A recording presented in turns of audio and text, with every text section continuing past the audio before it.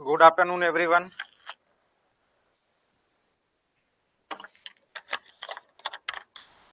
एक बार कनेक्ट करके बता दीजिए आवाज आ रही है क्या आप तक और चीजें सब कुछ दिख रहा है प्रॉपर, तो सेशन शुरू कर लें। आज संडे है, आज वैसे छुट्टी रहती है संडे को, लेकिन आज एक्स्ट्रा क्लास ले लेते हैं आपका।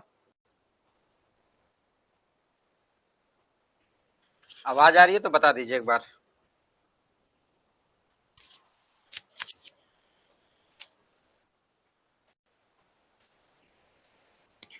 बोलो बालक, आवाज आ रही है क्या?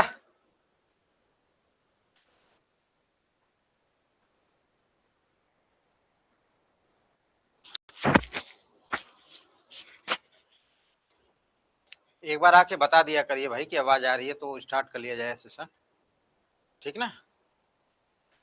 तो चलिए, आज मैं जो आपको बताऊंगा, पहले बताने से पहले एक बात मैं आपको बता दूं कि जो आपका मेन ग्रुप ऑफ एलिमेंट है एस ब्लॉक और पी ब्लॉक, जिसमें लगभग 54-55 लेक्चर्स है, वो मैंने टीजीटी के हर सेक्शन में डाला हुआ। जो भी आप देखेंगे एप्लीकेशन में टीजीटी का बैच, उसमें आप जाके जिसके पास में समय है वो बच्चा पढ़ता रहेगा। रिकॉर्डिंग फॉर्म में खुला हुआ है, ओपन है, सारा एक्सेस आप देख सकते हो आराम से।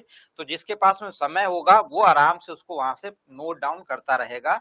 मैं इस बैच के अंदर सबसे लास्ट में पढ़ाऊंगा एस और पी ब्लॉक, क्योंकि वो बहुत बड़ा है। जब सारा सिलेबस समेट दूंगा तब जाके उसको हाथ लगाऊंगा मैं।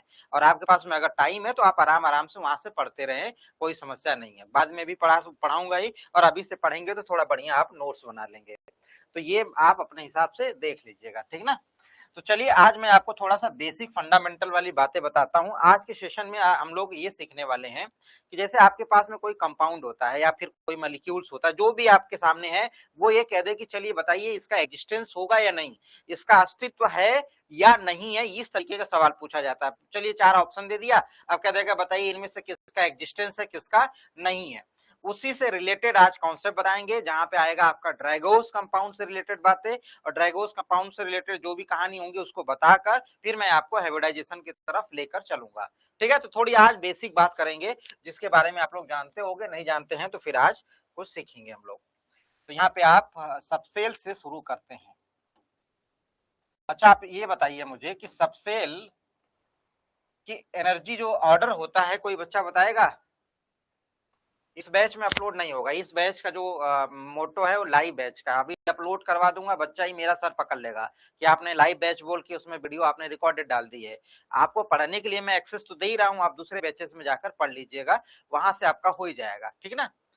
आप जानते नहीं है, बच्चे तुरंत मेरा कॉलर पकड़ लेते हैं कि ये बताइए आप कैसे कर दिया आपने ये, इसीलिए हमने अलग से कर दिया है, आप आराम से वहां से पढ़ लीजिए, ठीक है।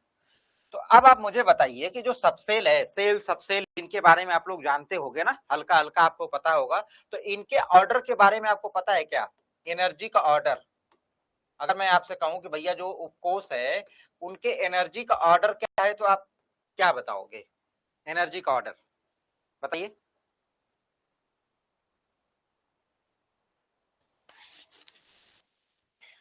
बोलिए बोलिए, इधर आइए पहले, आप कॉन्सेप्ट पे पहले पढ़ाई, बाद में बातें।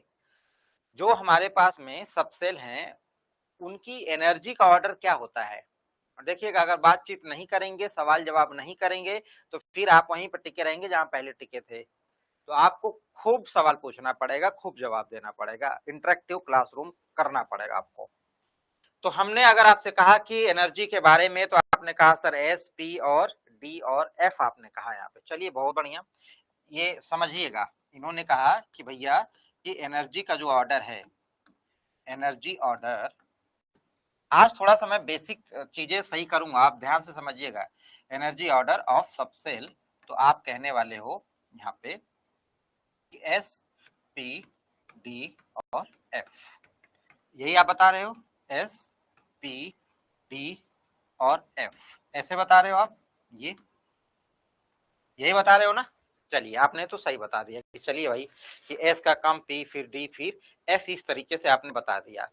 अब मैं आपसे एक बात पूछने जा रहा हूं कि भैया वजह बताइए कि वजह क्या है इसके पीछे की, रीजन क्या है, रीजन क्या है ये चीज ऑर्डर आने का। आपने ये तो पढ़ा होगा ना कि भैया एस का कम है, पी का, डी का, आप जवाब दे रहे हो, तो वजह क्या है इसके पीछे का, लॉजिक क्या है, आप समझाएंगे? बताइए भाई, लॉजिक बताइए, लॉजिक। बोलते रहा करिए, नहीं तो क्लास में मजा नहीं आएगा। न्यूक्लियस के पास, देखिएगा एक बच्चे ने कहा कि सर न्यूक्लियस के पास में होता है, और वही कोई बच्चा बोलेगा, बताइए, न्यूक्लियस के पास, और कोई बोलिए,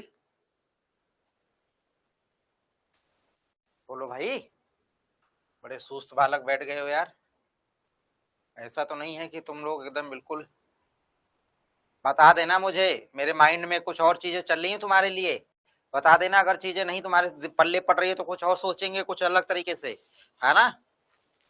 अब देखो एक बात समझो, आपको ये नहीं मालूम है कि यार एस का क्या होगा, पी का क्या होगा, डी का क्या होगा, एफ का क्या होगा, आपको बिल्कुल नहीं पता एनर्जी का ऑर्डर क्या है। लेकिन अगर मैं आपसे कहूं कि आप ये बताइए कि थोड़ा बहुत इनके शेप और साइज, शेप वगैरह के बारे में, आकार वगैरह के बारे में जानते हैं, तो आप कहोगे हाँ सर, इसका स्फेरिकल हो जाता है, उसका डंबल हो जाता है, उसका डबल डंबल होता है, ये तो मैं जानता हूं, इतना आप कहते हो ना। तो मैं आपको थोड़ा सा लेके चलता हूं इधर, इनके आकार की तरफ, इनके शेप की तरफ, समझिएगा मामला पूरा का पूरा लेकर चलता हूं मैं आपको इनके इधर, जो इनकी आकृति है उसके तरफ। तो अगर आप कह रहे हो कि भैया हमारा जो एस है वो कुछ स्पेरिकल होता है, तो मैं बिल्कुल कहा हाँ होता है, आपने ऐसे ही कुछ बताया होगा, है ना, स्पेरिकली ऐसे ही। आपने कहा कि सर जो पी है हमारे पास में वो डंबल होता है, मैंने कहा हाँ होता है, आप आराम से बात कर रहे हो। तो ये डंबल आपने यहाँ पे दिखा दिया, डंबल आपने दिखा दिया, क्या हो गया इसको, डंबल दिखा दिया आपने, ठीक है। आपने कहा पी, तो पी के लिए पी कर दिया, आपने कहा डी, तो आपने कहा सर डबल डंबल, मैं कहा चलो बहुत बढ़िया, ये आपने बता दिया, ठीक है भाई, ये आपने बता दिया। अच्छा, अब आप ये भी जानते होंगे कि भाई इनके बीच में जो इलेक्ट्रॉन का कंट्रीब्यूशन होता है, यहाँ पे अगर मैं कहूं कि इलेक्ट्रॉन, तो आप कहोगे सर इलेक्ट्रॉन चारों तरफ, इसमें इनके इलेक्ट्रॉनों की क्लाउडिंग क्या होती है, चारों तरफ रहती है, चारों तरफ फैली रहती है, यही बोलोगे आप, है ना। वो आज कुछ हो गया है, यही बोलोगे आप। तो हमने यहाँ पे क्या कहा कि भैया इनमें इलेक्ट्रॉन चारों तरफ इस तरीके से उसके इलेक्ट्रॉनों की क्लाउडिंग, समझिएगा पूरी बात। यहाँ से मैं थोड़ा सा आपका बेस मजबूत करूंगा, बहुत सारे सवाल यहाँ से निकल कर आएंगे जो उसका जवाब आप दे दोगे, ठीक है। जैसे होता है ना, जैसे घर बनता है तो पहले नींव बनती है, नींव खड़ी की जाती है, उसके ऊपर मजबूत कितना घर बनेगा डिपेंड करता है कि आपने नींव कैसे डाली हुई है। तो आज और कल मैं 1-2 दिन आपकी नींव मजबूत करूंगा, उसके ऊपर का जो बिल्डिंग बनेगी फिर मजबूत बनेगी। अब हम यहाँ पे देखने वाले हैं कि भाई हमारे पास में ये स्पेरिकली है, पी में जो इलेक्ट्रॉनों का कंट्रीब्यूशन या फिर यहाँ पे डिस्ट्रीब्यूशन इलेक्ट्रॉनों की डेंसिटी होती है, कहाँ पे होती है, बिल्कुल लोब पर होती है। जो लोब होता है वहां पर आपको ज्यादा पाया जाता है इलेक्ट्रॉन, यहाँ पे भी आपको ये देखने को मिलता है, यहाँ पे अब यहाँ पे क्या है कि भैया यहाँ पे अब यहाँ 2 लोब थे, 1 लोब और 2 लोब, 2 लोब थे, यहाँ पे 4 लोब हैं। अब 4 लोब में अगर इलेक्ट्रॉन को मैं डिस्ट्रीब्यूट करूंगा तो थोड़ा थोड़ा सब में मिलेगा, तो यहाँ पे भी हल्का सा यहाँ पे मिल गया, हल्का सा यहाँ से मिल गया, यहाँ पे हल्का सा यहाँ पे मिल गया, और हल्का सा यहाँ पे मिल गया, हल्का हल्का। और यहाँ पे 2 लोब था, तो 2 लोब में आपको ज्यादा देखने को मिल रहा है, और कहाँ पे, बिल्कुल एकदम किनारे किनारे किनारे किनारे, ये इलेक्ट्रॉनों का डिस्ट्रीब्यूशन है। ये आपने एस, पी और डी के बारे में समझ लिया कि भैया हमारे सब सेल्स हैं और कुछ इस तरीके से रहता है। अब हम आते हैं वापस एनर्जी की तरफ, एनर्जी की तरफ वापस आते हैं। मैंने कहा कि आप एनर्जी का ऑर्डर बताइए, तो आपने कहा कि सर ये ऑर्डर होता है। तो मैंने आपसे कहा कि चलिए वजह बताइए कि क्या वजह है, लॉजिक बताइए। अब आप कहने वाले हो कि सर लॉजिक का तो मुझे नहीं पता है कि आइडिया क्या है, अब आप ही बता दीजिए। तो अगर मैं आपसे ये कहूं कि चलिए एक बात बताइए मुझे, एक बात बताइए मुझे कि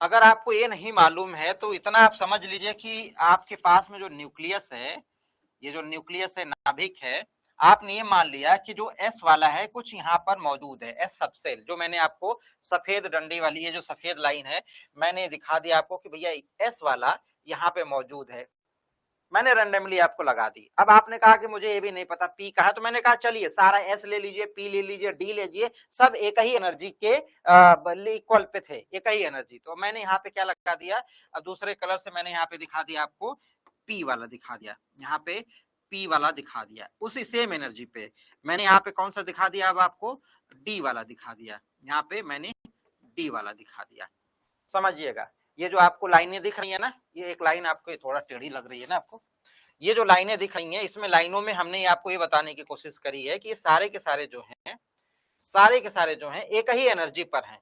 ये कोई एनर्जी का बैरियर है, उसी पे हमारा क्या एस वाला है, उसी पे हमारा क्या पी वाला, उसी पे हमारा क्या डी वाला है।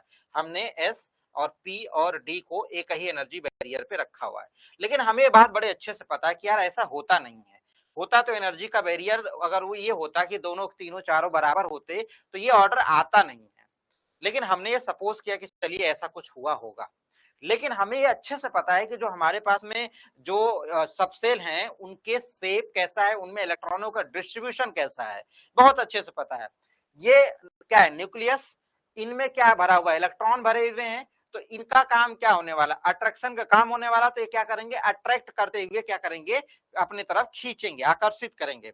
होता क्या, एस आपका क्या होता है, स्फेरिकल होता है, इलेक्ट्रॉन की क्लाउडिंग चारों तरफ फैली होती है। ये क्या करता है, नाभिक है जो पॉजिटिव होता है, इसमें इलेक्ट्रॉन भरे हैं, इनको क्या करेगा, खींच के अपनी तरफ लेकर आएगा, मतलब पकड़ेगा और अपनी तरफ खींचेगा इसको।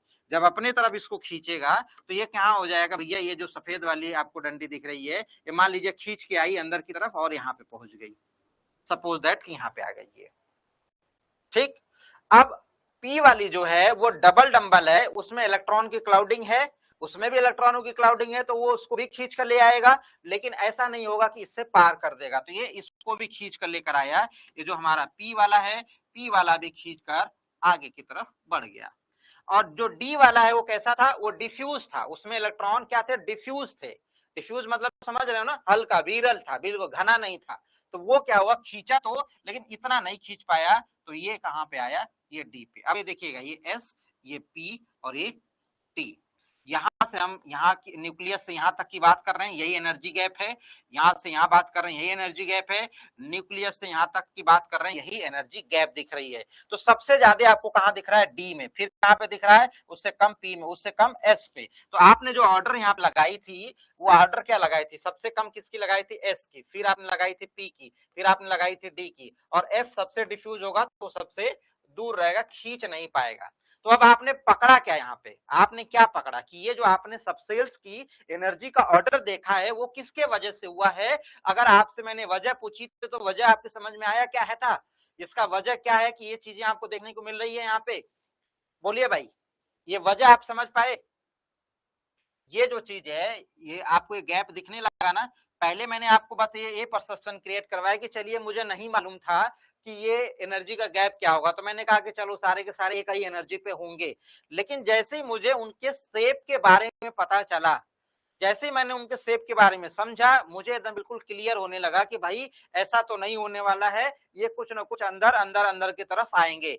तो यहाँ पर आपने देखा कि ये जो शेप का लॉजिक आपने लगाया, इसमें इलेक्ट्रॉन चारों तरफ भरे हुए थे, ये ज्यादा खिंचा हुआ, उसमें आकर्षण हुआ न्यूक्लियस के द्वारा। इसमें इलेक्ट्रॉन तो थे लेकिन लोब की तरफ थे, और इसमें 4 लोब होने की वजह से इलेक्ट्रॉन बहुत विरल हो गया था, जिसके वजह से अट्रैक्शन कम हुआ था। तो ज्यादा ये खींच के अंदर आया, फिर ये आया, फिर ये आया, तो एक गैप जनरेट हो गया आराम से। तो अगर मैं आपसे कहूं कि भैया इसकी वजह क्या है, तो आप यहाँ पे क्या बताने वाले हो कि इन सबसेल्स के आपका शेप क्या है, उसकी एक वजह है। अगर मैं शेप ऑफ सबसेल कहूं तो क्या मैं गलत कह रहा हूं क्या, यहाँ पे शेप ऑफ सबसेल अगर लिख दूं, शेप ऑफ सबसेल, तो क्या मैं ये गलत कह रहा हूं यहाँ पे, बोलो बालक, क्या मैं ये बात गलत कह रहा हूं या सही कह रहा हूं, आपको बात समझ में आई। हाँ, इलेक्ट्रॉनों के देखो, इलेक्ट्रॉन है और उधर न्यूक्लियस है, प्लस माइनस खिंचातानी होएगी। जब खिंचा होगा तो ये तो डिपेंड करेगा ना कि कितने इलेक्ट्रॉन है, उस हिसाब से आएगा। अब आपका विरल है तो थोड़ा कम आएगा, उसी अकॉर्डिंगली क्या हुआ, एक गैप जनरेट हो गया। अब देखिएगा पूरे केमिस्ट्री में, चाहे मैं वो केमिस्ट्री आपकी ऑर्गेनिक हो, चाहे आपकी इनऑर्गेनिक केमिस्ट्री हो, सारे के सारे जगहों पे अगर बॉन्ड बनते हैं तो एस पी डी इन्हीं का क्या होता है, इधर उधर आप मिलाते हो इन्हीं को ना, मिक्सिंग करते हो, एनर्जी का गैप होता है, कम होता है, ज्यादा होता है, ये सारी की सारी बातें आप करते हो। अब आप समझिएगा ये बात, ये जो मैंने ये वाली बातें यहाँ पे दिखाई आपको, ये बहुत बहुत ही इंपॉर्टेंट चीज आपके आंखों के सामने लिखी गई है, इससे बहुत सारी बातें समझ में आएंगी।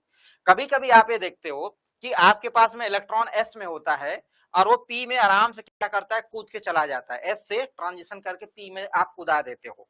आप लोग जैसे थोड़ा सा बेसिक मैं पीछे लेके आता हूं आपको, जैसे आपके पास में यहाँ पे एस इलेक्ट्रॉन है, यहाँ पे पी है इस तरीके से, और यहाँ पे आपका डी है। तो कभी कभी आप देखते हो कि भैया यहाँ पे जो एस इलेक्ट्रॉन है यहाँ पे जंप कर रहा है यहाँ पे, लेकिन यहाँ पे जंप नहीं कर पाता है। तो ये पीछे लॉजिक क्या होगी वो हम लोग थोड़ा बहुत समझेंगे कि इलेक्ट्रॉन यहाँ से वहां जो एक्साइटेड होता है वो कहीं ना कहीं एनर्जी के गैप पे मैटर करता होगा। समझिएगा इस बात को, समझिएगा इस कहानी को।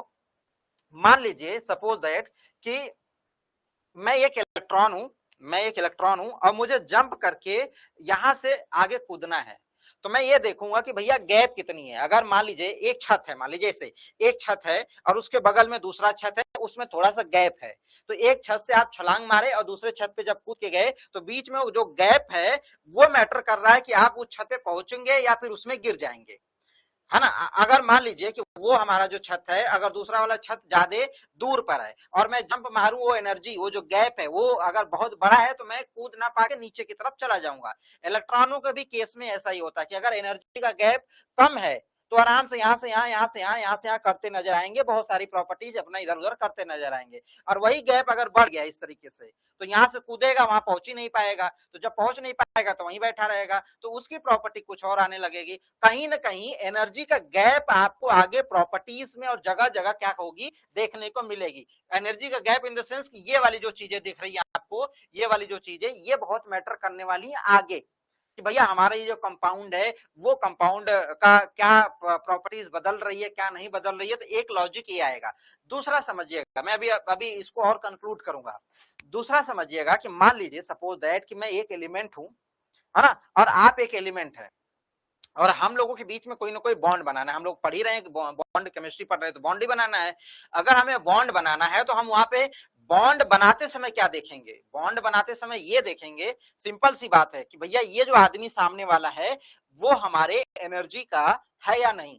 कहने का मतलब ये है कि जैसे मैं आपसे छोटी सी बात कहूं कि मान लीजिए आप अपने भाई या फिर अपने बहन या अपने घर के किसी सदस्य के लिए जाते हो रिश्ता लेकर या रिश्ता देखने जाते हो, तो क्या देखते हो सबसे पहले, आप क्या चेक करते हो? मुझे एक बार बताओ, एक बार सभी बच्चे बताओ कि अगर आप किसी फैमिली मेंबर के लिए, अपने खुद के लिए जाते हो क्या रिश्ता देखने के लिए, शादी के रिश्ते के लिए, तो आप पहला क्या चेक करते हो? पहले, सबसे पहले, फिर बाद की बात में बात करेंगे। बताओ एक बार, तो कमेंट करो एक बार, बोलो भाई। बहुत सारी चीजें आज मैं नींव थोड़ा सा डाल दूंगा, आगे आपकी चीजें क्या हो जाएंगी, आसान हो जाएंगी समझने में। तो बताइए मुझे कि आप जब जाते हो देखने के लिए तो क्या देखते हो? एक बच्चे ने कहा एज। एज तो देख के पता ही नहीं लगा पाओगे, वो तो जब तक पूछोगे नहीं, बात नहीं करोगे, उससे तो पता ही नहीं चलेगा। बहुत लोगों की एज पता नहीं लगती है। कंपेटिबिलिटी, इसको थोड़ा सा और आसान भाषा में बोलिए तो समझ में आए। और भी बच्चे बैठे हो यार, आप लोग बोलोगे नहीं तो मजा नहीं आएगा। क्लास को हम इंटरेस्टिंग बनाने की कोशिश कर रहे हैं, आप लोग बात नहीं करोगे।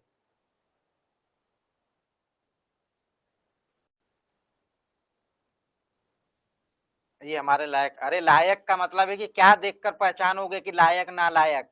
मैं वही तो पूछ रहा हूँ। लायक है नहीं लायक है वो कैसे पता चलेगा? दोनों का मैच, पर्सन। तुम लोग जाओगे, कितनी चीजें मैच कर रही हैं। अरे यार तुम चीज, वही चीज तो मैं पूछ रहा हूँ, दोनों का मैच है कि नहीं। अच्छा चलो, मैच का मतलब ठीक है, थोड़ा समझ गया मैं।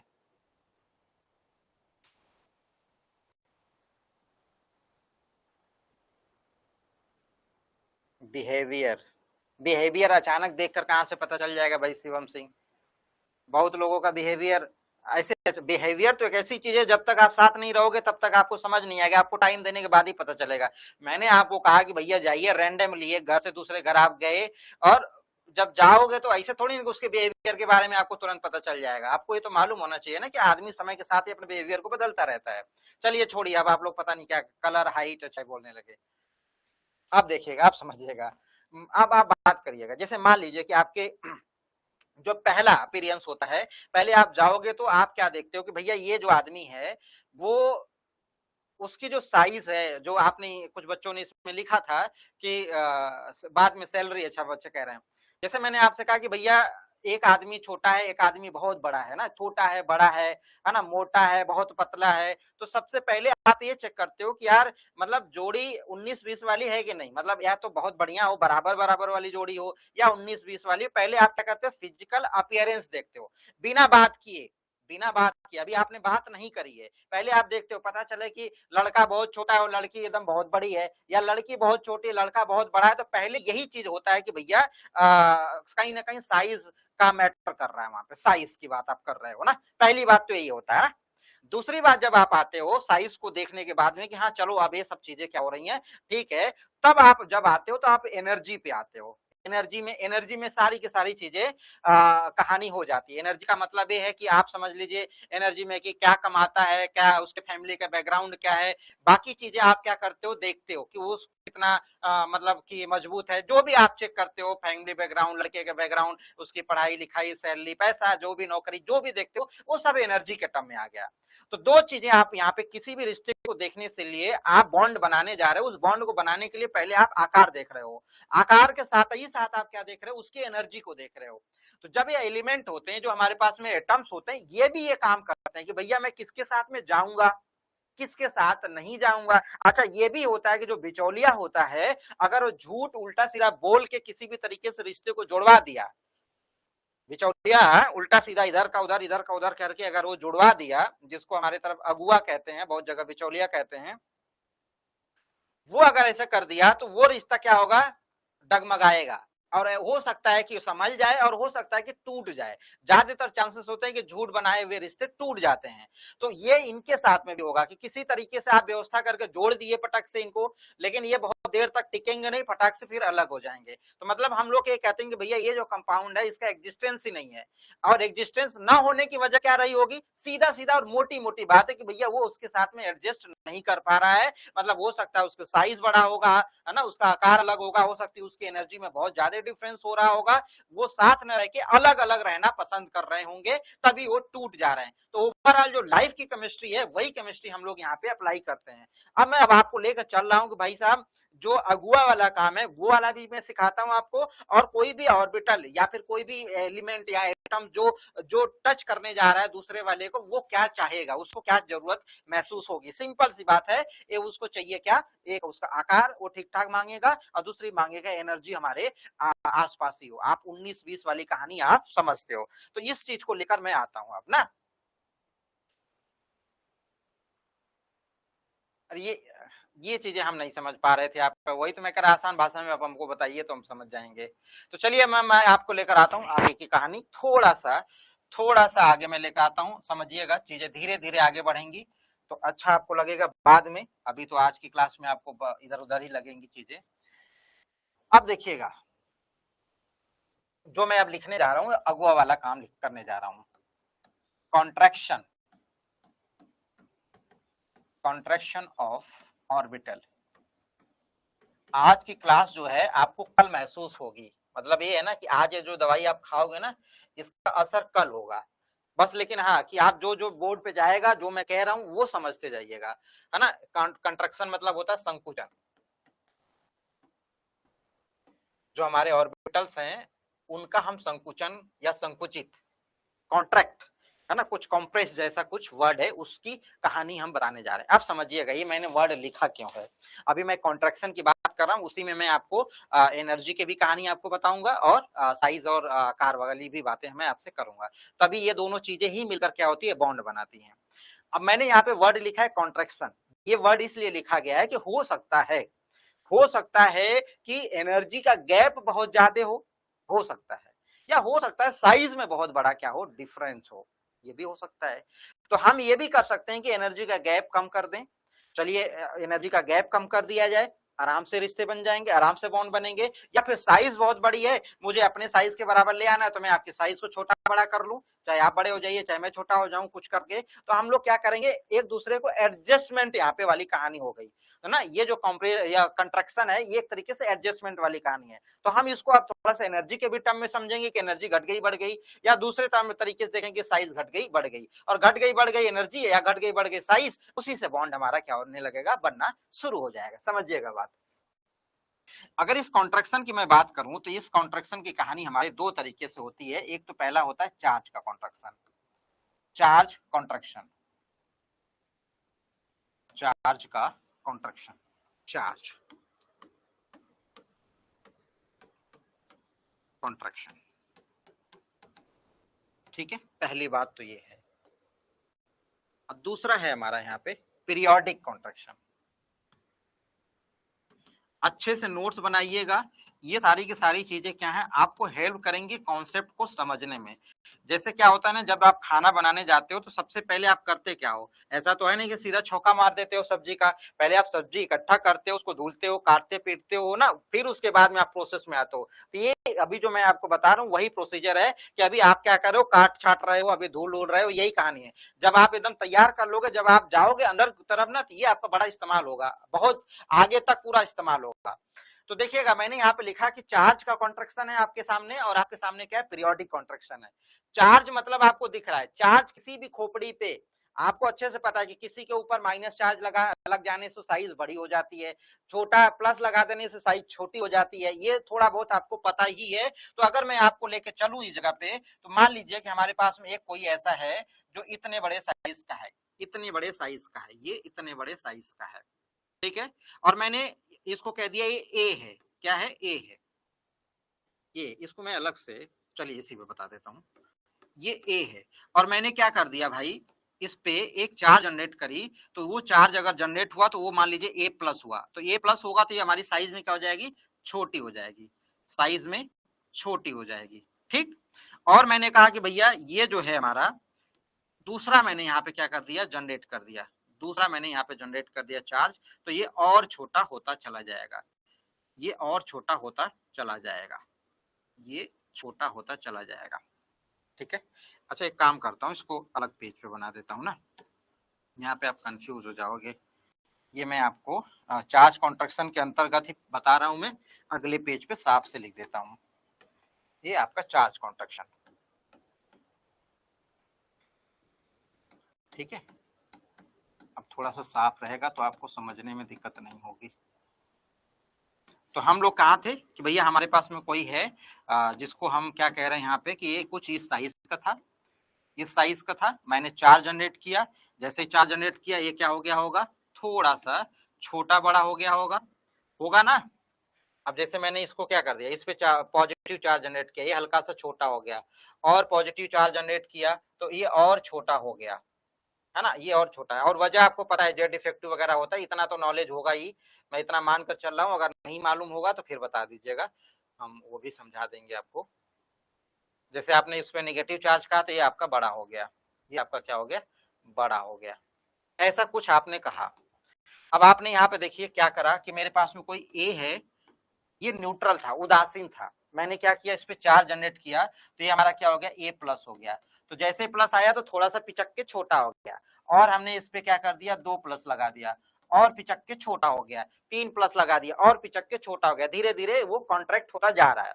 जैसे मैंने इस पे क्या किया, एक माइनस चार्ज लगाया यहाँ पे, ये बढ़ गया, और 2 माइनस लगाओ और बढ़ गया, और बढ़ गया। तो हमारा अगर कॉन्ट्रैक्शन की बात है तो हम यहाँ पे देख रहे हैं कि जैसे जैसे चार्ज हम बढ़ाते जा रहे हैं इस पे, वो चार्ज बढ़ाते बढ़ाते, वो चार्ज बढ़ाते बढ़ाते क्या हो जाएगा हमारा यहाँ पे एनर्जी, यहाँ पे हमने लिख दिया भैया, चार्ज मतलब आवेश, कॉन्ट्रैक्शन संकुचित करना, एक बार मैंने यहाँ पे लिख दिया, आप यहाँ पे देख लीजिएगा, ठीक ना।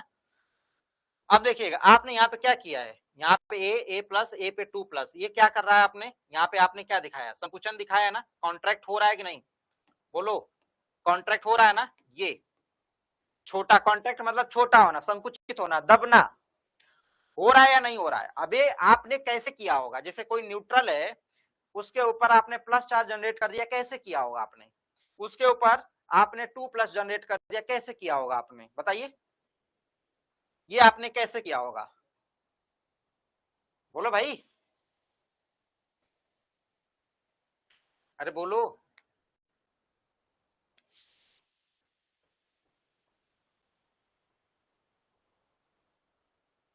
बोलो भैया, कैसे किया होगा आपने,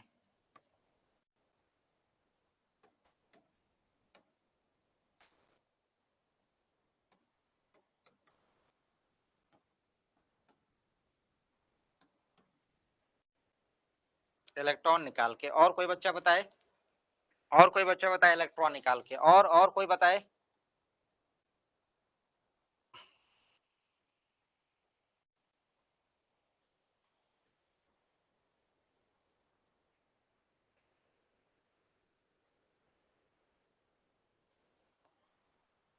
इलेक्ट्रॉन लेकर आयनाइजेशन करके, अच्छा चलिए ठीक है, बहुत बढ़िया, इलेक्ट्रॉन निकाल कर। अच्छा समझिएगा, आपने कहा सर इलेक्ट्रॉन निकाल दिया जाए, चलिए मैंने आपसे ये कहा, एग्जाम्पल समझिएगा, मैंने आपसे ये कहा कि मेरे पास में हाइड्रोजन है, मेरे पास में क्या है, हाइड्रोजन। हाइड्रोजन का साइज कितना बड़ा होता है, छोटा सा साइज होता है ना। और मैंने आपको दे दिया एक फास्फोरस दे दिया कि फास्फोरस ले लीजिए। फास्फोरस क्या होता है, थोड़ा बड़ा होता है, थर्ड पीरियड का होता है ना फास्फोरस। नाइट्रोजन के बाद में फास्फोरस आता है, थर्ड पीरियड का, तो बड़ा साइज का हो गया। हाइड्रोजन 1 ईयर्स का होता है तो छोटा सा है, ये तो पता ही आपको। मैंने आपको क्या दे दिया यहाँ पे, मान लीजिए कि मैंने आपको दे दिया एक फास्फोरस पी, और एक मैंने दे दिया आपको हाइड्रोजन। आपको पता है कि फास्फोरस थर्ड पीरियड का है तो बड़े साइज का होगा, होगा कि नहीं, क्योंकि थर्ड पीरियड वाला एन की वैल्यू 3 है तो बड़े साइज का। तो यहाँ पे हमने क्या दिखा दिया कि भैया ये हमारा क्या बड़े साइज का है, ये बड़े साइज का है। और हाइड्रोजन को हमने यहाँ पे दिखा दिया कि भैया ये हमारा क्या है, छोटा सा पिद्दी सा एकदम, ये इतना बड़ा है मौजूद। ठीक है, अब आप समझने की कोशिश करिएगा, यहां से आपको थोड़ा सा मामला समझ में आएगा। एक आदमी इतना बड़ा मोटा सा एकदम बिल्कुल, और एक बिल्कुल पिद्दी से एकदम, अगर मैं इनको ऐसे क्या करूं, चिपकाने की कोशिश करूं कि जाओ भैया जुड़ लो, एक दूसरे से बॉन्ड बना लो मिलके, तो आपको क्या लगता है यहाँ पे, यहाँ पर आपको क्या लगता है कि भाई यहाँ पे बॉन्ड बना सकता है, या बॉन्ड बनाकर एग्जिस्टेंस रख सकता है, अस्तित्व में रहेगा ये। जैसे जैसे अभी आपने थोड़ी देर पहले ही आपने एक बात बोली थी कि सर मैं अगर किसी बॉन्ड को बनाने जाऊंगा तो मैं देखूंगा कि भाई उसका साइज कैसा है, उसकी एनर्जी कैसी है, मैं इस बात पे पहले जाके देखूंगा। अगर सब कुछ ठीक ठाक लग रहा है तो हाँ ठीक है, अदरवाइज वहां पे मामला गड़बड़ होगा। अगर मैं इस जगह पे आपसे कहूं कि ये करेगा, तो आपके दिमाग में ये बात तो ख्याल आ रहा हो कि यार ये तो देख कर तो नहीं लग रहा है कि कर पाएगा। चलिए आपने ये बात दिमाग में अगर रखी है, समझिएगा, यहीं से पता क्या निकल कर आएगा, थोड़ी देर में आप ये समझ जाओगे कि ये कंपाउंड, ये जो कंपाउंड है इसका एग्जिस्टेंस है, इस कंपाउंड का एग्जिस्टेंस नहीं है, इसका होगा इसका नहीं होगा। जैसे दुनिया भर के कंपाउंड होते हैं ना, तो मैं अगर कुछ भी रैंडम लिख दूंगा तो आपके दिमाग में ये बात आनी चाहिए कि यार ये जो आपने लिखा है ना ये सही नहीं लग रहा है मुझे, ये ऐसा कंपाउंड तो होता ही नहीं होगा जो आपने बना दिया। तो जब इस तरीके का माइंडसेट आपका हो जाएगा ना, तो फिर आप समझिए केमिस्ट्री में बहुत अच्छा कमांड बन जाएगा। तो उसके लिए थोड़ी थोड़ी बातें आपको समझनी पड़ेगी। देखिएगा, अगर मैंने इसको कहा कि चलिए हाइड्रोजन भाई साहब आप इसके साथ में जुड़ जाइए, तो हमने मान लीजिए कि PS3 बना दिया, मान लीजिए फॉस्फीन हमने यहाँ पे PS3 बना दिया, एक हमने हाइड्रोजन यहाँ पे चेप दिया, है ना, एक हाइड्रोजन हमने यहाँ पे लगा दिया बेचारे के, ठीक, और एक हाइड्रोजन हमने यहाँ पे चेप दिया, 3 हाइड्रोजन हमने यहाँ पे चेप दी, एक हाइड्रोजन यहाँ पे चेप दिया, एक हाइड्रोजन ये, एक हाइड्रोजन ये, और एक हमारा बेचारा फास्फोरस बड़ा सा। और एग्जाम्पल हमने किसका लिया है, ये एग्जाम्पल हमने ले लिया किसका, PH3 का, PH3 का। ठीक है, अब आप देखिएगा ध्यान से, अब ये इतना बड़ा बड़ा आदमी, नेटवर्क का इशू होगा वो सही हो जाएगा, एक इतना बड़ा आदमी छोटे छोटे पिद्दी वाले से जुड़े हुए हैं। अब आप समझिएगा, सिंपल सी बात है, ये वाला आदमी जो फास्फोरस है ये भी एडजस्ट नहीं कर पाएगा, यार किसके साथ में हम यहाँ जुड़े हुए हैं ना, उसको भी लगेगा पता नहीं कौन आदमी यहाँ पे आके, और ये भी कहेगा पता नहीं किसके साथ में जुड़े हुए हैं, इनका कोई मेल मिलाप ही नहीं है। अब समझिएगा, अगर ऐसी कुछ कहानी आपने कर दिया तो भाई साहब इस तरीके के मॉलिक्यूल्स आपको दिखेंगे नहीं, अगर बना भी दिया किसी भी तरीके से ना, फटाक से उड़ जाएंगे। तो आपको मालूम होगा कि ये जो हमारा PS3 है, ये PS3 जल्दी आपका बनता तो है, तुरंत गायब भी हो जाता है, इसका एग्जिस्टेंस नहीं होता। आप जानते हो इसके बारे में कि भैया ये बना लेकिन गया, वजह आपको पता चल गई। अब देखिएगा, अब मैंने आपको जो कॉन्ट्रैक्शन के बारे में समझाई थी, बताई थी, अगर किसी भी हाल में, किसी भी हाले में, सूरत में आपने क्या कर दिया, ये जो बड़ा सा है ये, इस बड़े से आदमी को आप पिचका के छोटा कर दो, तो क्या आपको लगता है कि बॉन्ड नहीं बन सकता? सपोज दैट कि ये जो बड़ा सा आदमी है इसको पिचका पिचका के छोटा कर दो, तो लगता नहीं है कि कुछ बॉन्ड बनने की कुछ अब उम्मीद आसार दिखने लगे? बोलो भाई, ये आपको क्या दिख रहा है? एग्जिस्टेंस दिख रहा है, नहीं दिख रहा है?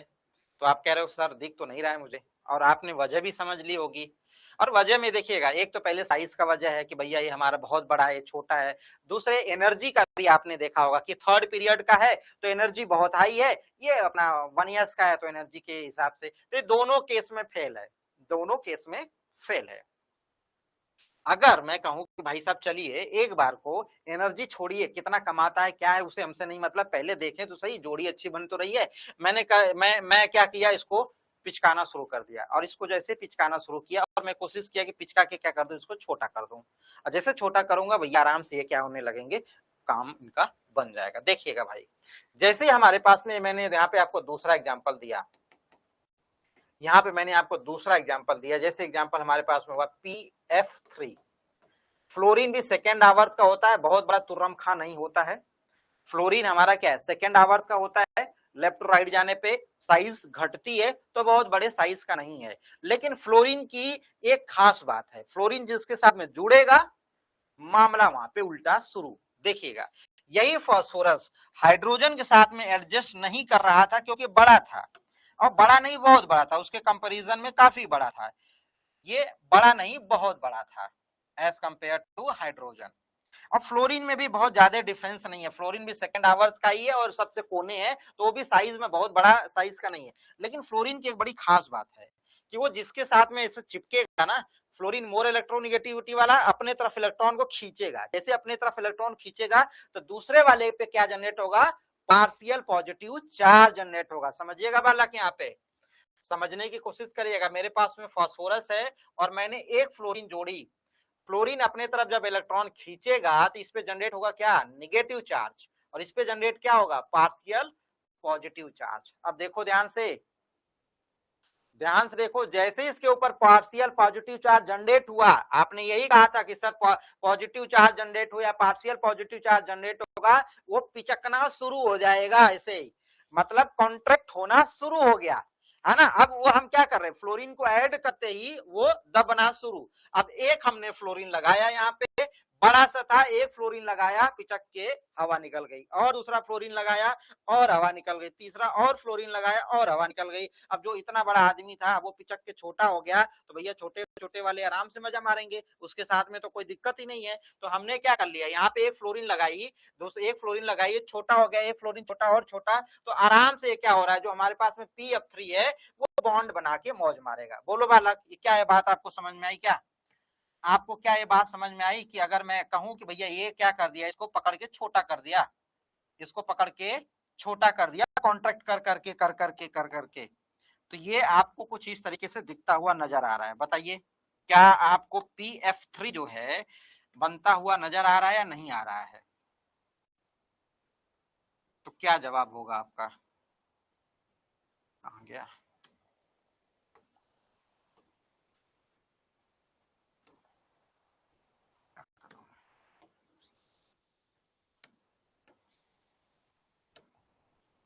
बोलो भाइयों, ये सब छोटी छोटी बातें हैं, केमिस्ट्री में हमें आनी चाहिए हर चीज। ये क्यों लिख गया, ये क्यों नहीं हुआ, ये क्यों उड़ गया, वो क्यों भाग गया, इस सब क्यों क्यों का जवाब होना चाहिए। आप सब सीख सकते हो, मैदान छोड़ के मत भागना बस। अब ये देख लो, अब ये PF3 है हमारे पास में, इसका एग्जिस्टेंस आपको देखने को मिलेगा, है ना, PF, F और F। अगर मैं कहूँ PF3 तो आप कहोगे सर जिंदाबाद है, मैं कहूंगा आपसे PH3 तो आप कहोगे सर सही नहीं लग रहा है, मुझे सही नहीं लग रहा है। बोलो भाई, अब यहाँ पे आपको क्या समझने को मिला? हमने जो कॉन्ट्रैक्शन का एक वर्ड लिखा था कि चार्ज कॉन्ट्रैक्शन में चार्ज जनरेट हो रहा है, उसके ऊपर पार्शियल चार्ज या पॉजिटिव चार्ज धीरे धीरे छोटा होता गया और बगल वाला जो छोटा उसे चिपक के अपना मौज मारना शुरू कर दिया। तो आपने चार्ज कॉन्ट्रैक्शन के थ्रू आपने देखा कि एक हमारा जो था जिसमें इस हाइड्रोजन की इतनी औकात नहीं थी कि इसको दबा दे, जाहिर सी बात है, और ये फ्लोरीन एकदम बिल्कुल चाप के छोटा कर दिया है। तो ये हमारा क्या हो गया, इसका एग्जिस्टेंस इसका नहीं है। अब आप समझिएगा, जहां पर हाइड्रोजन दिखा, एकदम लॉजिक लगाइएगा, मेरे पास में थर्ड पीरियड या उससे कोई बड़ा ऑनवर्ड फोर्थ पीरियड या उससे बड़े वाले अगर कोई दिखा, और साथ में अगर मैं हाइड्रोजन चेपना शुरू कर दिया, हाइड्रोजन चेपना शुरू कर दिया, तो ऐसे कंपाउंड क्या एग्जिस्ट करेंगे, उनका अस्तित्व होगा, हाँ या ना, बताइए। हाइड्रोजन के पॉइंट ऑफ व्यू से सोचकर बताइए। अगर मैं थर्ड पीरियड लिया या ऑनवर्ड वाले उससे थोड़े से ऊपर वालों को लिया और वहां पे हाइड्रोजन चेपना शुरू कर दिया, तो बताइए क्या वैसे कंपाउंड लगता है आपको कि उसका एग्जिस्टेंस होगा, हाँ या ना? बोलिए बालक, बोलिए, बात समझ में आई? यहाँ पे आपने सबका जवाब आना चाहिए ना, सबका जवाब आना चाहिए। तो आपने कहा सर नहीं, नहीं नहीं नहीं, देखिएगा आपने कहा नहीं। अब आप एक बात तो समझ गए, आपने एक बात तो पकड़ ली। दुनिया भर के कंपाउंड आपको देखने को मिला होगा। मैंने कहा कि मेरे पास में आयोडीन का F7 दिखता है, आयोडीन का मे बी वर्ड क्या होता है यार, यहाँ पे होता है या नहीं होता, मे बी तो कुछ होता ही नहीं है, ये वाले वर्ड नहीं होने चाहिए, या हाँ या ना वाले। हमने कहा कि भैया IF7 इसका एग्जिस्टेंस है। जैसे देखिए साइड में फ्लोरीन या मोर इलेक्ट्रोनिगेटिविटी वाला है, जाहिर सी बात है भैया वो कॉन्ट्रैक्ट करेगा ही करेगा, और आपको खूब देखने को मिलता है IF7, IF5, IF3, दुनिया भर के आपको फ्लोरीन के साथ में आपको देखने को मिलता है नहीं मिलता, हाँ या ना? तो आप कहोगे सर मिलता है मुझे, मैं कहा हाँ, तो ऐसा इसका एग्जिस्टेंस होता है। और मैंने तुरंत आपसे कहा कि चलिए आप बताइए मुझे कि मेरे पास में क्या है, IH7, क्योंकि देखो ये भी हमारा सिंगल बॉन्ड से बना हुआ है, ये भी सिंगल बॉन्ड से जुड़ता है, हाइड्रोजन सिंगल बॉन्ड से ही जुड़ता है, बोलो बालक। और हाइड्रोजन हमारा यहाँ पे क्या हो गया, फ्लोरीन फ्लोरीन भी सिंगल बॉन्ड से जुड़ता है, समझे? कोई बच्चा मुझसे पूछा था जब मैं HClO4 वाला बनाया था, कोई बच्चा तो मुझसे पूछा था कि सर आपने HClO4 में जब बनाया था तो किसी बच्चे ने तो ये बात करी थी, वो चाहे जो बच्चा हो ध्यान से सुनना, तुम्हारे लिए बता रहा हूं मैं बात, कि अब कौन था वो मुझे याद नहीं आ रहा है। यहाँ पे उसने कहा था कि सर एक बात बताइए कि आपने इसको जो हाइड्रोजन को लगाया था वो आपने ऐसे O और H के साथ में लगाया था, आप ऐसे हाइड्रोजन को सीधा हाइड्रोजन को ऐसे क्यों नहीं चेप दिए, ऐसे यहाँ पे मान लीजिए मैं 3 लगा दिया ऐसे। उसका जवाब सवाल था कि सर आपने ऐसे ऐसे ऐसे करके और एक हाइड्रोजन को आपने ऐसे क्यों नहीं लगाया? कोई बच्चा था क्या क्लास में जो हमसे बाद में पूछा था फोन पे या व्हाट्सएप पे कि आपने ऐसा क्यों नहीं किया? आप लगाए तो OH के साथ में यहाँ पे जोड़े थे, आपने जब बनाया था तो सर आपने ऐसा बनाया था, आपने बनाया था तो आपने ऐसा बनाया था, इस तरीके से बनाया था आपने, आप ऐसा क्यों नहीं किए थे? कोई बच्चा था ना, शायद पता नहीं कौन था वो। आप समझे ये बात, इस बात को समझे आप? मेरे पास में 3 ऑक्सीजन, 1 2 3 ऑक्सीजन, 1 हाइड्रोजन, मेरे पास में 1 2 3 ऑक्सीजन, 1 हाइड्रोजन। अब देखिए इस स्ट्रक्चर में ही आप समझ पा रहे हो कि मैं इसको OH के साथ में जोड़ा हूं और इसको हाइड्रोजन को सीधा क्लोरीन के साथ में, जबकि आप क्लोरीन का वेरिएबल वैलेंसी शो करता है, 7 शो करता है, 7 दिखा सकता है, 2 2 4 2 6 1 7 आराम से दिखा सकता है, यहाँ पे 2 2 4 और 1 5, तो ये अपनी वैलेंसी तो दिखा ही रहा है। लेकिन मैंने हाइड्रोजन को डायरेक्ट क्लोरीन से कभी नहीं जोड़ा, जब भी मैंने पिछले क्लासेस में बताई थी वैलेंसी वाले में, मैं जब भी लगा रहा था OH के साथ में जोड़ रहा था, तो इसके पीछे की क्या वजह थी? मुझे मालूम था कि हाइड्रोजन क्लोरीन के साथ में सीधा जाकर अटैच होना ही नहीं पसंद करेगा, क्यों? क्योंकि क्लोरीन बड़े साइज का है, हाइड्रोजन छोटा साइज का, मामला ही नहीं बैठा पाएगा। अगर ऐसा होता तो भैया ये वाली चीजें भी क्या करती, जुड़ती हुई नजर आती, लेकिन ये नहीं दिखती है आपको, इसका एग्जिस्टेंस आपको नहीं दिखता है। बोलो बालक, अरे बोलो यार, ये वाली चीज आपको देखने को मिल जाती है, ये आप देखने को मिलती है। ये आपने हाइड्रोजन यहां से डायरेक्ट जोड़ दिया, ये वाला हाइड्रोजन आपने डायरेक्ट जोड़ा, भैया डायरेक्ट नहीं जोड़ सकते। अरे बोल दो यार भाई, तुम लोग कैसे इंसान हो तुम, एकदम डेड बॉडी आके बैठी है क्या क्लास में?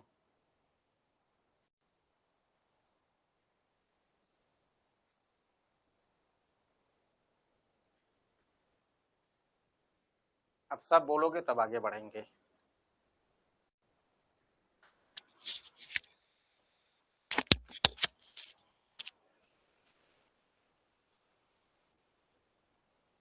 बोल दिया करो यार।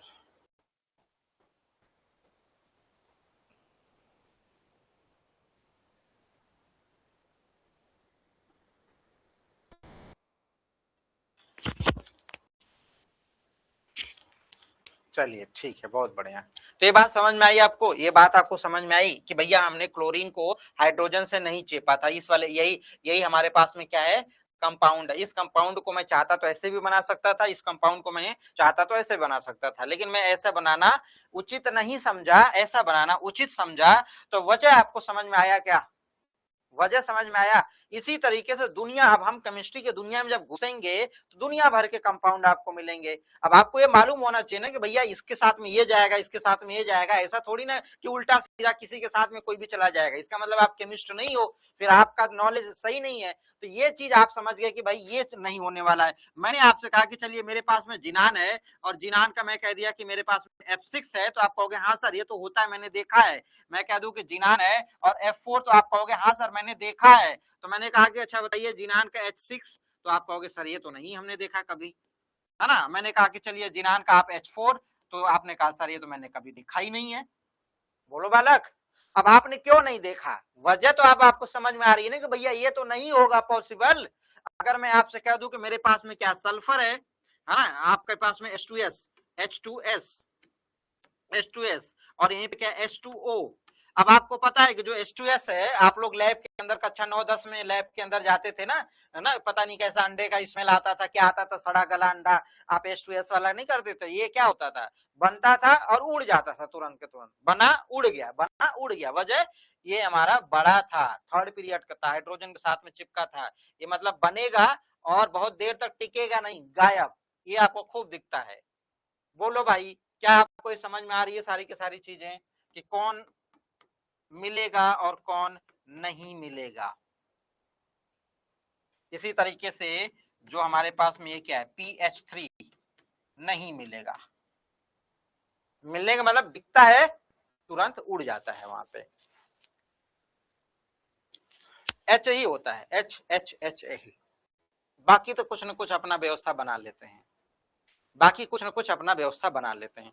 और ये जितने कंपाउंड आपको ये दिख रहे हैं, ये जितने कंपाउंड जिनका एग्जिस्टेंस नहीं हुआ, ये हुआ, ये हुआ, ये हुआ, है ना। अब आप क्या समझ रहे हो, आप एक बात समझ रहे हो कि भाई जो हमारे पास में एक बड़े साइज का है और छोटे छोटे साइज वाले हैं लगे हुए, तो ऐसे कंपाउंड का एग्जिस्टेंस नहीं हो रहा है। और इन्हीं कंपाउंड को हम लोग आगे जाके क्या कहते हैं, ड्रैगोस कंपाउंड कहते हैं। अब आपसे दे दे सवाल, क्वेश्चन दे दे, क्वेश्चन ऐसे लिख दे कि इनमें से बताइए कौन सा ड्रैगोस कंपाउंड है। तो अब ड्रैगोस कंपाउंड का मतलब ही हो गया कि भैया नॉन एग्जिस्टेंस वाला कौन सा ढूंढो उसमें। तो मैं यही देखूंगा कि कौन ये वाले हैं, ये वाले, ये वाले, ये वाले, मेरे दिमाग में यही बात चलती हुई नजर आएगी। इनको हम लोग क्या कहेंगे, ड्रैगोस कंपाउंड कहते हुए नजर आएंगे, जिसका एग्जिस्टेंस नहीं होता। मैं लिखवा दूंगा ड्रैगोस कंपाउंड, हेडिंग डाल के लिखवा दूंगा। लेकिन हम लोग जो क्लास कर रहे हैं उस क्लास का मोटो आपको समझ में आना चाहिए कि कौन किसके साथ में जाना पसंद करेगा, कौन नहीं जाना पसंद करेगा, क्योंकि बॉन्ड ही बनाना ओवरऑल हमारा टास्क है। समझ गए बात। तो ये चीज आपने यहाँ पे समझ ली। तो मैं अब आपको लेके आता हूँ थोड़ा सा अपने इस दूसरे वाले कहानी पे, जो हमने यहाँ पे करी है क्या, चार्ज कॉन्ट्रैक्शन के बाद में पीरियोडिक कॉन्ट्रैक्शन के बारे में। ये भी बेचारा अपना कुछ भी नहीं, बॉन्ड वॉन्ड ही बनाने में सहयोग और मदद करता है। जैसे ये अपना कॉन्ट्रैक्ट करके अपना मदद कर रहा है, इसी तरीके से ये भी अपना कहानी गाता है। अब मैं ड्रैगोस कंपाउंड की हेडिंग डलवा के उसके टर्म्स कंडीशंस ये सब लिखवा दूंगा, है ना। अभी परेशान होने वाली जरूरत नहीं है, बशर्ते कि जो बात अभी चल रही है वो आपके दिमाग में जा रही है या नहीं जा रही है। अच्छा, आपको ये जो क्लास है, इस क्लास का मोटो समझ में आ रहा है कि इस क्लास का मोटो क्या है, हमारे ओवरऑल केमिस्ट्री में इसका उपयोग कहाँ कहाँ हो सकता है। आपको कुछ दिख रहा है क्या, इमेज कंपाउंड से रिलेटेड बातें कुछ समझ में आ रही हैं? बोलो भाई, कुछ चीजें स्पष्ट हो रही है दिमाग में, ऐसे मतलब उबड़ खाबड़ चीजें चल रही है कि नहीं?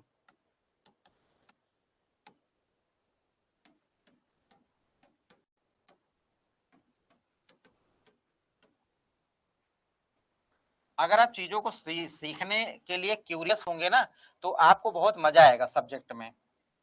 इसमें देखिएगा, जो बच्चा अभी एडमिशन, बहुत बच्चे एडमिशन ले रहे हैं और बहुत बच्चे ऐसे होंगे, इसमें एक तो बच्चा जो रनिंग बच्चा होता है, जो थोड़ा बहुत पढ़ा रहता है और पढ़ भी रहा होता है। एक बच्चा बहुत डेड आता है, डेड मतलब समझ रहे हो, जो काफी छोड़ दिया है लंबे समय से और वो पढ़ाई फिर से शुरू कर रहा है क्योंकि वैकेंसीज आ रही है। तो उसमें इस बैच में दो तरीके के बच्चे मिलेंगे हमको, एक तो जो रनिंग में है, या फिर वो बच्चा मिलेगा जो थोड़ा बहुत मार्क्स रह गया है, या फिर रनिंग वाला, या फिर फ्रेशर, या तो वो बच्चा मिलेगा जो डेड होगा। डेड का मतलब कि लंबे समय से पढ़ाई छुट्टी होगी और फिर वो स्टार्ट कर रहा होगा। तो जो बच्चा डेड वाले कैटेगरी में है उसको बड़ी मेहनत करनी पड़ेगी, उसको ज्यादा सवाल पूछना पड़ेगा अपने हर एक डाउट को, क्योंकि मेरी आंखों के सामने आप हो नहीं, है ना, मैं समझ ही नहीं पाऊंगा कि आपको क्या समझ में आ रहा है क्या नहीं।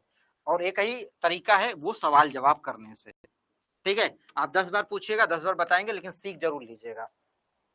यहाँ पे पीरियोडिक कॉन्ट्रैक्शन का कहानी ये है कि जैसे जैसे आप क्या करते हो, बाएं से दाएं की तरफ बढ़ते हो, पीरियोडिक टेबल में आप जानते हो ना कि आप बाएं से जब आप दाहिने की तरफ बढ़ते हो तो क्या होता है साइज में, बाएं से जब आप दाएं जाते हो तो साइज क्या होती है आपकी, तो आप कहते हो कि सर साइज हमारी क्या होती है, घटती है, साइज हमारी घटती है, यही बोलते हो,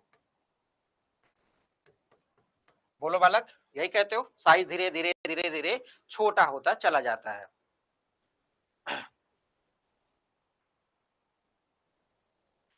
बोलो भाई, वो एसिडिक होते हैं, जैसे आपने कल आप जो बच्चे पढ़ रहे थे उसमें हाइड्रोजन बॉन्डिंग जब मैं पढ़ा रहा था तो मैं आपको वाष्पशील वाली कहानी बता रहा था ना कि ये वाष्पशील है, ये ज्यादा वाष्पशील है। वाष्पशील मतलब क्या होता है, उड़ता, जैसे एससीएल है। अब आपको देखिएगा ये H2S ना, आपको PS3 है ना, ये आपको HCl, ये सब देखने को तो मिलता है खूब, लेकिन ये कितना देर टिका रहता है। जैसे मान लीजिए कि आप अब थोड़ा सा पिछली क्लास में जाइए, मैंने आपसे कहा कि भैया ये वोलाटाइल नेचर का है, जैसे एग्जिस्टेंस ना, जैसे मान लीजिए कि मैं कहा एथेनॉल होता है, लेकिन आप खुले बर्तन में ऐसे रख दीजिए उड़ जाएगा। मतलब ये कहानी मतलब है नहीं कि बनता ही नहीं है, समझने की कोशिश करिए, कंफ्यूज मत होइए। एक तो होता है कि बनता है, बनकर रुका है, टिका है, एक है बनता है और टिका नहीं गया। मैं तो हाइड्रोजन को किसी के साथ में ऐसे चेप दूं पकड़ के, लो लग गए, लेकिन कितने देर लगे रहोगे ये मैटर करता है। लगा तो मैं दूंगा पकड़ के भाई, किसी के साथ में ले जाके जोड़ दूंगा, फिर टिके कितने देर हो वो मैटर करता है कि भैया ये एग्जिस्टेंस। अब मान लीजिए मैंने आपसे कहा पेट्रोल, आप खुले में रख दीजिए उड़ जाएगा, मैं कह दिया एथेनॉल मेथेनॉल उड़ जाएगा, है ना, तो बनता तो है लेकिन उड़ गया। HCl आपका क्या है, बनता है उड़ जाता है ना, PS3 बनता है उड़ जाता है, H2S बनता है उड़ जाता है, तो ये क्या है, गायब होने वाली चीजें हैं। समझ गए बात, बोलो भाई, ये सब खूब दिखेगा लेकिन कितनी देर दिखेगा ये मैटर कर रहा है। समझ गए वाला, क्या नाम है आपका, शिवम, शिवम भाई, आया समझ में? ऐसा ऐसा मतलब ही नहीं है कि बनेगा ही नहीं, बनेगा तो भैया आप केमिस्ट्री में हो, किसी को किसी के साथ में जोड़ दो, क्या ही मतलब है, जुड़ गया, जुड़ने के बाद में टिका कितना देर वो हम लोग बात कर, उस एग्जिस्टेंस की बात कर रहे हैं।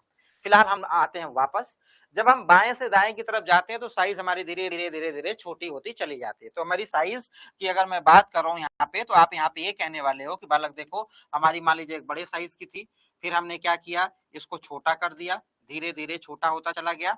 अब छोटा होता जा रहा है तो इसका मतलब ये है कि कहीं ना कहीं जो एनर्जी की कहानी है वो बदल रही होगी। इसको मैं एनर्जी से कोरिलेट करके भी बताऊंगा, एनर्जी से कोरिलेट करके भी बताऊंगा।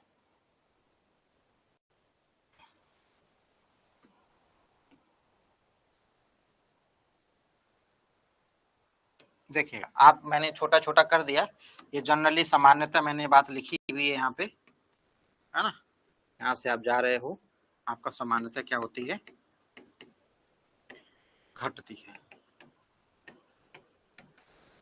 अब कॉन्ट्रैक्ट ही तो हो रहा है, ओवरऑल कॉन्ट्रैक्ट ही कहानी आप कर रहे हो यहाँ पे, कॉन्ट्रैक्ट ही करते हुए नजर आ रहे हो यहाँ पे।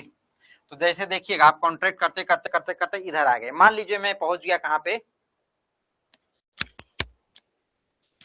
मान लीजिए कि हम पहुंच गए कहाँ पे, इधर इस साइड में, एकदम लेफ्ट साइड में आ गए। अब देखिएगा मेरे सामने एक एग्जांपल है, यहाँ पे भी एक चीज और आप समझना चाहें तो समझ सकते हैं। चार्ज कॉन्ट्रैक्शन के अंदर, चार्ज कॉन्ट्रैक्शन के अंदर एक बात और समझ सकते हैं, यहाँ पे थोड़ा सा इसको समझ लीजिए, एक बात और मेरे दिमाग में आ रही है वो भी बता देता हूँ। जैसे मेरे पास में क्या था, न्यूक्लियस था, मेरे पास में क्या था, न्यूक्लियस, और मुझे अच्छे से पता था कि भैया हमारा ये क्या एस ऑर्बिटल है, एस सबसेल है, ये पी सबसेल है और ये डी सबसेल है, ये हमें बहुत अच्छे से पता था, ये डी है, ये हमारा पी है और ये हमारा एस है। ठीक है, अब अगर मैं संकुचित कर रहा हूँ, कॉन्ट्रैक्ट कर रहा हूँ तो जो आउटर मोस्ट सेल है वो दब रही है, उनके बीच के एनर्जी का गैप क्या हो रहा है, कम हो रहा है। जैसे मान लीजिए कि ये जो S है, अब कॉन्ट्रैक्ट हुआ है ना, तो कॉन्ट्रैक्ट हुआ तो खसक के अंदर की तरफ आएगा, एनर्जी के टर्म में सोचिए इसको, ये खसक के अंदर की तरफ आएगा, थोड़ा सा अंदर की तरफ, तो ये मान लीजिए अंदर की तरफ इतना आ गया। पहले इनके बीच में गैप देखिएगा, इनके बीच में ये गैप है, S और D के बीच में ये गैप है, S और P के बीच में, S और D के बीच में ये गैप है। अब क्या हुआ, संकुचित हुआ। एनर्जी को भी समझ लीजिए, आपने साइज के हिसाब समझा था ना, एनर्जी को भी समझ लीजिए। अब थोड़ा सा अंदर की तरफ आएगा, अंदर की तरफ, तो आप अंदर की तरफ ऐसे दिखा रहे हो, देखिएगा आप अंदर की तरफ इसको ऐसे दिखा रहे हो, यहाँ पे ऐसे दिखा रहे हो, यहाँ पे ये ऐसे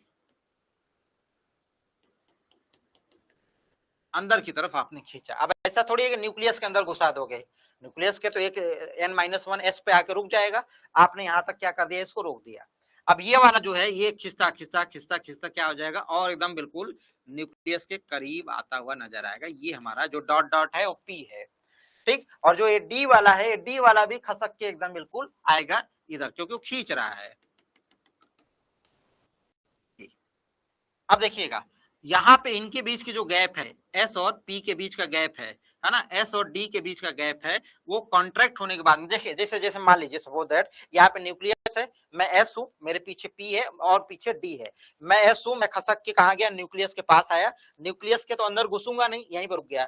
अब P वाला पीछे है मेरे, वो भी खींच खींच के अभी न्यूक्लियस के एकदम बिल्कुल मेरे एकदम जस्ट पीछे आके खड़ा हो गया, और उधर जो D है वो भी खींच खींच के आके P के जस्ट पीछे खड़ा हो गया। अब हम लोगों के बीच में जो एनर्जी का गैप है S वाला है, उसके जस्ट पीछे P वाला, उसके जस्ट पीछे D वाला, क्योंकि अब वो कॉन्ट्रैक्ट होके पास पास आ गए। पहले क्या थे, मैं यहाँ खड़ा था, एक कदम पे P था, दूसरे कदम पे D था, तो एक गैप बन रहा था, इतना गैप। लेकिन जब कॉन्ट्रैक्ट हुआ तो गैप क्या हो गया, कम हो गया। अब आप समझिएगा, S और P के बीच का एनर्जी गैप कम है, S और D के बीच का एनर्जी का गैप कम है। अगर किसी लोन पे या किसी इलेक्ट्रॉन को हमें जंप करा के दूसरे में भेजना होगा, तो मैं बहुत आराम से क्या कर सकता हूँ, भेज सकता हूँ कि अपने इलेक्ट्रॉन को तुम्हारे वाले में भेज दूं, तुम्हारा वाला मेरे वाले में आके गिर जाए। तो अगर हमारे बीच का एनर्जी का गैप कम होगा, तो हम इलेक्ट्रॉनों का आदान प्रदान इधर उधर बहुत आराम से कर सकते हैं। तो जो ये वाली चीजें हम बाद में देखेंगे, लेकिन ये पॉसिबल हो रहा है जैसे ही हम कॉन्ट्रैक्ट कर रहे हैं। अगर आपको ये बात समझ में आ गई तो बताइए भाई, कि जैसे जैसे हम कॉन्ट्रैक्ट कर रहे हैं, कॉन्ट्रैक्शन से एनर्जी गैप क्या हो रही है, कम होती जा रही है। मैं ये बात लिख देता हूं यहाँ पे कि हम जैसे कॉन्ट्रैक्ट कर रहे हैं, ये सब इस्तेमाल होगा भाई बाद में। कॉन्ट्रैक्शन से एनर्जी गैप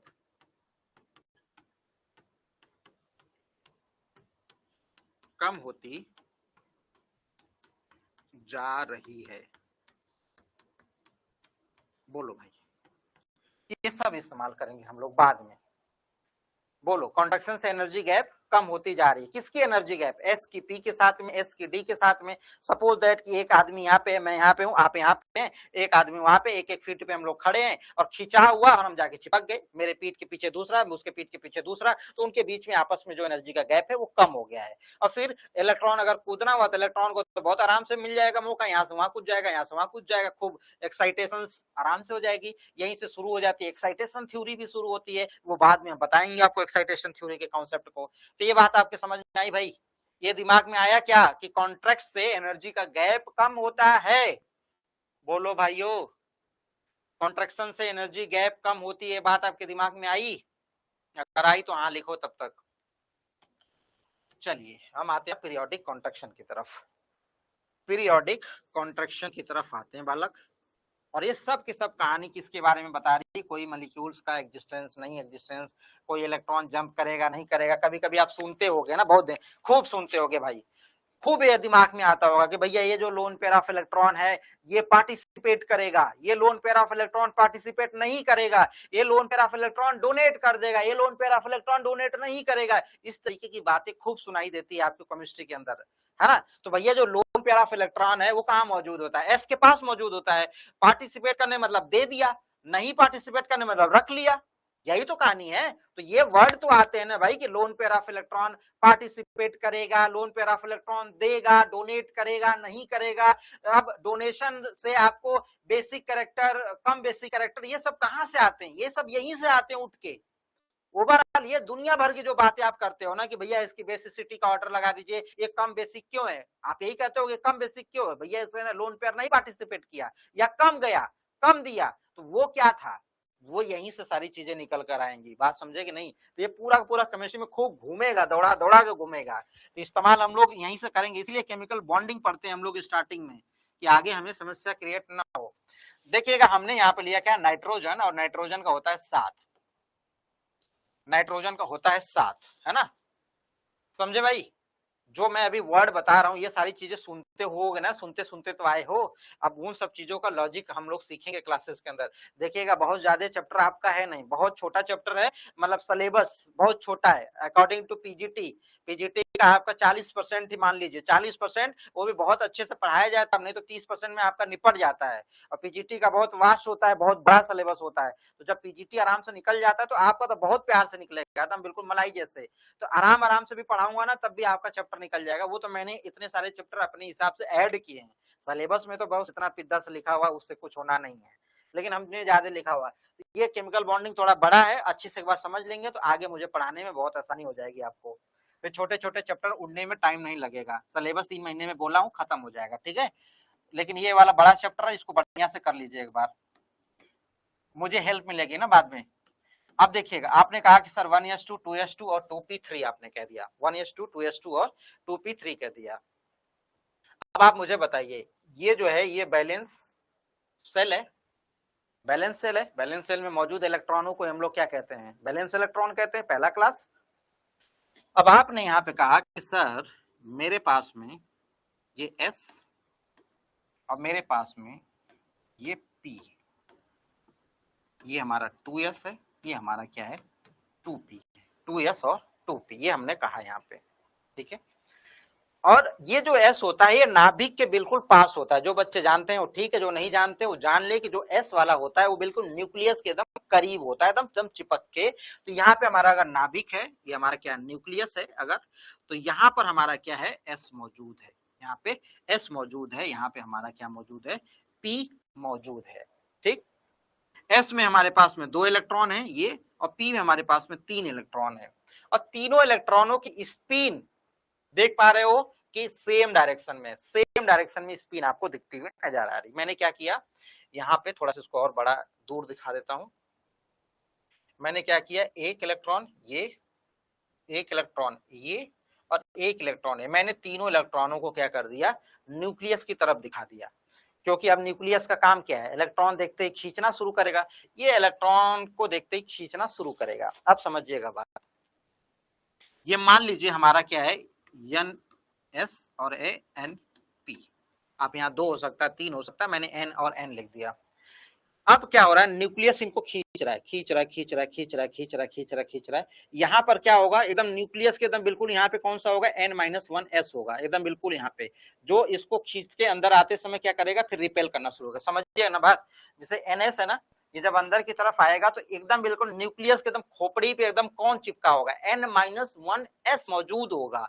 जैसे मैं कह दूं कि मेरे पास में क्या है 1s2 2s2 और 2p3, तो ये जो आ रहा है इधर, तो ये 1s भी तो यहीं पे बैठा हुआ है ना, ये यहीं पे कहीं बैठा हुआ है, यहीं पे ये बैठा हुआ है, कौन 1s2 यहीं पे बैठा हुआ है।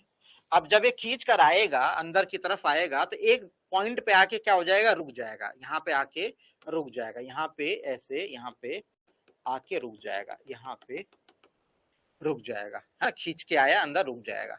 अब ये वाला क्या है, खूब मजे से खूब खींचता खींचता खींचता खींचता आएगा और बहुत एकदम बहुत यहाँ तक आके,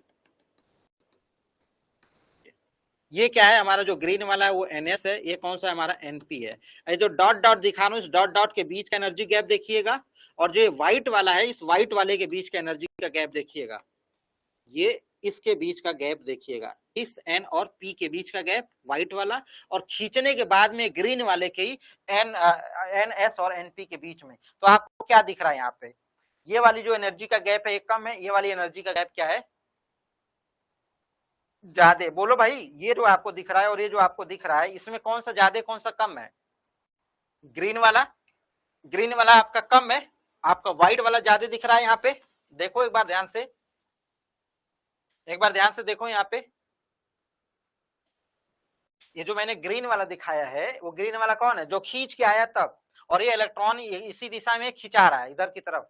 अब देखिएगा जैसे हमारे पास में क्या है, नाइट्रोजन है, तीनों के तीनों इलेक्ट्रॉनों एक ही दिशा में है, नाइट्रोजन के पहले कार्बन होता तो P2 होता, तो 2 इलेक्ट्रॉन एक ही दिशा में है। उसके कार्बन के उधर बोरान होता, 1 इलेक्ट्रॉन वो इधर एक ही दिशा में है।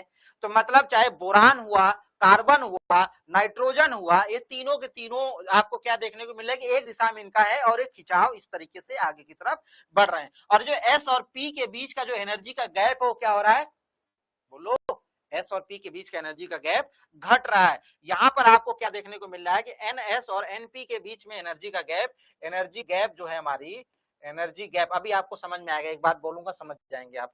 Energy gap between, energy gap जो हमारा है between NS and NP is decreases। बोलो बालक, घट गई, एनर्जी गैप घट गई है ना, घट गई। जो ये N और S के बीच का एनर्जी का गैप घट गया, कम हो गया ना, तो मतलब ये S और P आपस में क्या होने लगेंगे, ऐसे ऐसे मिक्स होने लगेंगे, ये आपस में ऐसे ऐसे मिक्स होने लगेंगे। तो यहीं पे S और P, SP mixing, SP mixing. अब दिमाग लगा के एक बार जरूर बताना बालक कि SP मिक्सिंग कहाँ सुने थे, केमिस्ट्री के अंदर तुमको ये बात सुनाई दी थी कहीं कि SP मिक्सिंग और SP विदाउट मिक्सिंग, ये वर्ड तुम लोगों ने कहा सुना था, SP मिक्सिंग का और SP विदाउट मिक्सिंग का कहां सुना था, याद करो एक बार, अपने दिमाग पे जोर लगाओ, कहां सुना था, बोलो भाई। SP मिक्सिंग ये कहां सुना था आपने,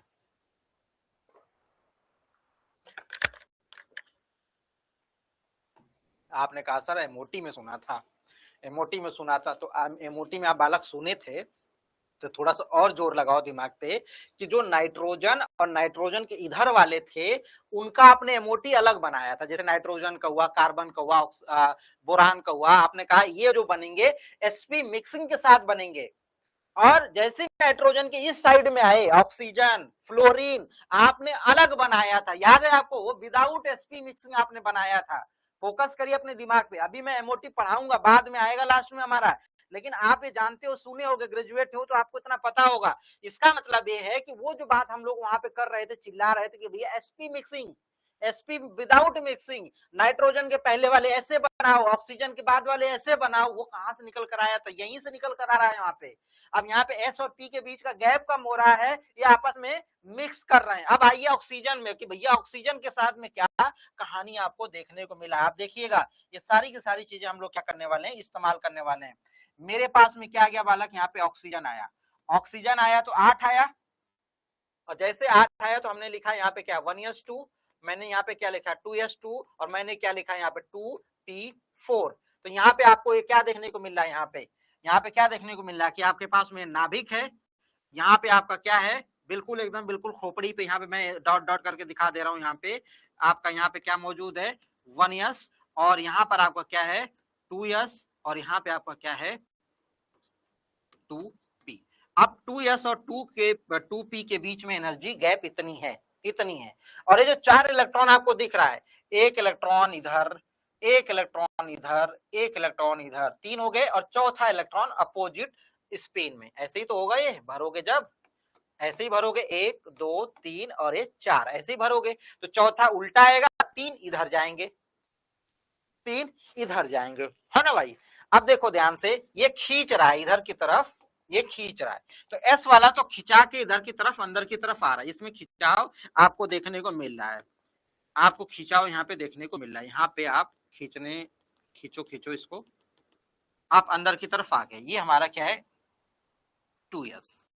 अब आइए बात P पर आते हैं, यहाँ यहीं पे थोड़ा सा गेम उल्टा हो जाता है। गेम क्या होता है, ये 3 लोग इधर जो इधर की तरफ है न्यूक्लियस की तरफ, और एक जो इधर की तरफ है ये वाला इलेक्ट्रॉन, ये इलेक्ट्रॉन भारी पड़ जाता है। जैसे ये इधर की तरफ जाता है ना, ये इधर की तरफ जाता है, तो भैया ये जो है ये अपने तरफ इधर पुल करता है, इधर ये इधर 3 लोग जाएंगे, और जैसे रस्सी कसा होती है ना, जैसे 3 उधर है आदमी, एक आदमी इधर, और खींचातानी हो रही है, तो प्रोबेबिलिटी होती है कि 3 लोग उधर जो है वो ज्यादा खींच ले, लेकिन यहाँ पे ऐसा नहीं होता, वो जो प्रोटीन है वो कमजोर पड़ जाते हैं, और ये ऑक्सीजन वाला जो है इधर वाला वो क्या करता है, पकड़ के हल्का सा अपनी तरफ क्या कर लेता है, खींच लेता है। मतलब उस खींचातानी में क्या होता है, ये वाला डोमिनेट कर जाता है और इसको क्या कर देता है, थोड़ा सा खींच के बड़ा कर देता है। मतलब ये जो गैप उधर जाके चिपक गया था, ये गैप फैल गया, बड़ा हो गया यहाँ पे। और ये जो यहाँ पे बड़ा होने की वजह से, ये जो इसके वजह से ये जो यहाँ पे खींचातानी चल रही है, इसी चीजों को हम लोग आगे जाके शिल्डिंग इफेक्ट भी कहते हैं। शिल्डिंग इफेक्ट,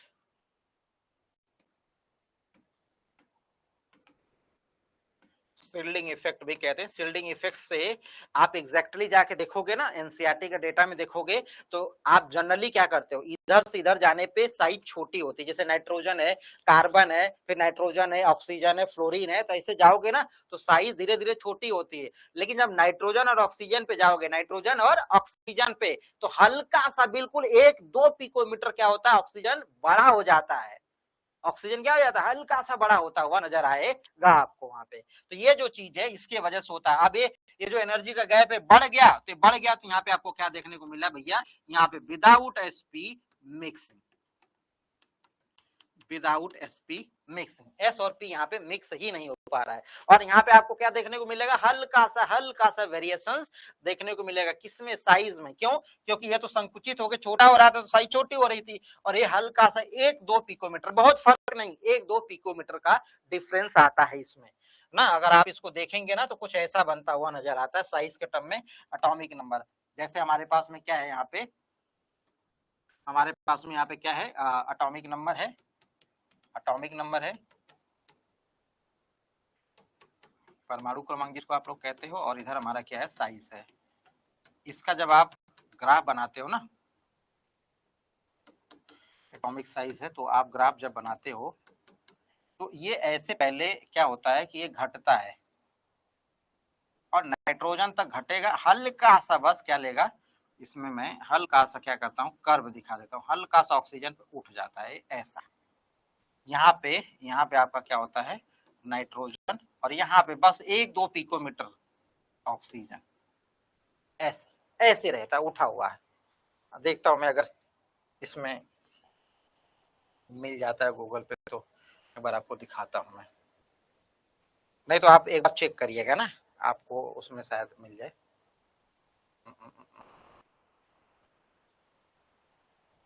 चलिएगा चेक कर लीजिएगा, मैं आपको ग्रुप में डाल दूंगा, उसमें डाल लीजिए, सर्च कर लीजिएगा size of nitrogen and oxygen, कुछ ऐसा अगर कर्व आपको दिखे ना गूगल पे तो एक बार उसको इमेजिन करिएगा। तो इसमें आपका क्या होगा कि जैसे जनरली सामान्यतः क्या होता है, नाइट्रोजन और ऑक्सीजन में जनरली नाइट्रोजन और ऑक्सीजन में नाइट्रोजन बड़ा होगा आपका, ऑक्सीजन छोटा होगा, फिर आपका फ्लोरीन आएगा, ये सामान्यतः होता है, ये सामान्यतः आप कहते हो, इसीलिए आप जनरली वर्ड यूज करते हो। लेकिन ये जो नाइट्रोजन और ऑक्सीजन में होता है ना, तो ये 1-2 पिकोमीटर बड़ा होता है, 1-2 पिकोमीटर। अब वो एक बार देख लीजिए कितना एनसीईआरटी में डेटा दिया हुआ है। तो ऑक्सीजन हल्का सा बड़ा होता है नाइट्रोजन से, हल्का सा साइज में 1 या 2 पिकोमीटर का डिफरेंस होता है केवल और केवल।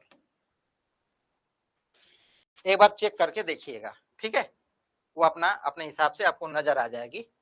तो अब आपने क्या देखा, यहाँ पे आपने ये देखा कि जैसे आप लेफ्ट टू राइट जा रहे थे, आप पीरियोडिक कॉन्ट्रैक्शन कर रहे थे, पीरियोडिक कॉन्ट्रैक्शन में आपने नाइट्रोजन वाले केस को उठाया और आपने ऑक्सीजन वाले केस को दिखाया। तो नाइट्रोजन वाले केस में आपने देखा कि एसपी की मिक्सिंग होने लगी और उधर वाले में एसपी मिक्सिंग नहीं हो रहा है। तो हमने 2 तरीके के कॉन्ट्रैक्शन देखे, एक कॉन्ट्रैक्शन देखा जो चार्ज से रिलेटेड था, तो चार्ज से रिलेटेड वाले कॉन्ट्रैक्शन को हमने साइज और एनर्जी के टर्म में भी समझा, और उससे हम ये समझने की कोशिश करें कि भाई साहब हमारा कोई कंपाउंड जो है वो एग्जिस्ट करेगा नहीं करेगा, या फिर करेगा तो कैसे करेगा, नहीं करेगा तो क्यों नहीं करेगा, वो सारे सवालों का जवाब हमने यहाँ पे देखा। और हम जब यहाँ पे पीरियोडिक कॉन्ट्रैक्शन में आ रहे तो हम ये लोग समझ पाए कि भाई ये जो SP mixing, without SP mixing जो हम आगे लास्ट में एमओटी में यूज करते हैं, ये कहीं ना कहीं यहाँ से कॉन्ट्रैक्शन वाले ही कहानी से क्या होकर निकल कर आती है। हम डायरेक्ट बोल देते हैं एसपी मिक्सिंग, लेकिन वो जनरेट कहां से हुआ है वो चीज हम क्या कर रहे हैं, समझ रहे हैं। अब जैसे आपके दिमाग में बात आएगी भैया एसपी मिक्सिंग हो रही है, तो एक आदमी इसके साथ एक आदमी इसके साथ मिक्स हो रहा है ना, आपस में कैरेक्टर क्या हो रहे हैं, एक्सचेंज हो रहे हैं। एस वाला पी को दे रहा होगा, मिक्स का मतलब यही है, पी वाला एस को दे रहा होगा, यही मतलब हुआ। तो एसपी मिक्सिंग होने के बाद क्या होता है, ये कहानी हम लोग एमओटी में समझेंगे। अभी तो हम ये समझ पाए कि एसपी मिक्सिंग होती है, लेकिन होने से क्या फर्क पड़ता है, ये भी हम लोग क्या करेंगे, समझेंगे। आगे की कहानी इस पे हम लोगों का रहेगा। फिलहाल के लिए हम लोग इतना आज जो कहानी करें, इसमें कोई डाउट हो तो बताइए, अदरवाइज मैं फिर आपको कल बताऊंगा। ड्रैगोस कंपाउंड लिखवा दूंगा कुछ थोड़ा थोड़ा, और उसके बारे में लिखवा के लेके चलूंगा। उसमें 0.73 बड़ा है, देख लीजिएगा, वो मुझे एग्जैक्ट नहीं याद है कितना 0.73 है, 1 पिकोमीटर 2 पिकोमीटर।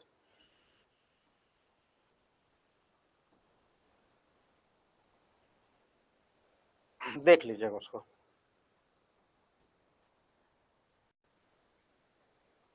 चलिए अच्छा, ड्रैगोस वाला लिख ही देता हूँ, एक लाइन का है, लिख देता हूँ ना। ड्रैगोस कंपाउंड हेडिंग डाल देता हूँ उसमें, जो पढ़ाया हूँ उसी को, जो कंपाउंड हमने वो लिखा है ना, उन्हीं को ड्रैगोस कंपाउंड कहते हैं।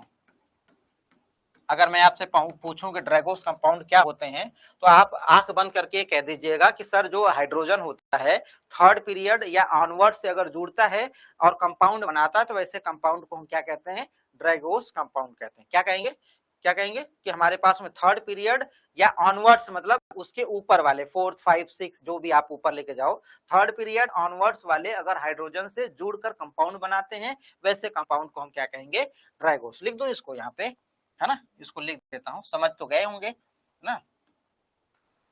थर्ड पीरियड और ऑनवर्ड्स वाले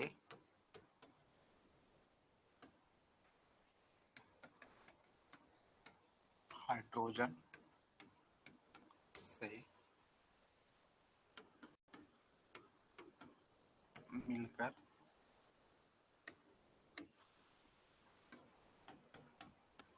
जो कंपाउंड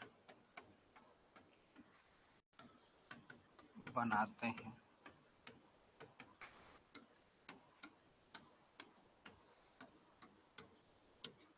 ड्रैगोस कंपाउंड कहते हैं। ठीक है। दूसरा, तो जो ड्रैगोस कंपाउंड होते हैं उनका एग्जिस्टेंस होता है, नहीं होता ना, तो आप लिख सकते हैं कि ड्रैगोस कंपाउंड का एग्जिस्टेंस नहीं होता है। ये बात दूसरी लिख सकते हैं यहाँ पे, ड्रैगोस कंपाउंड्स का एग्जिस्टेंस नहीं होता है।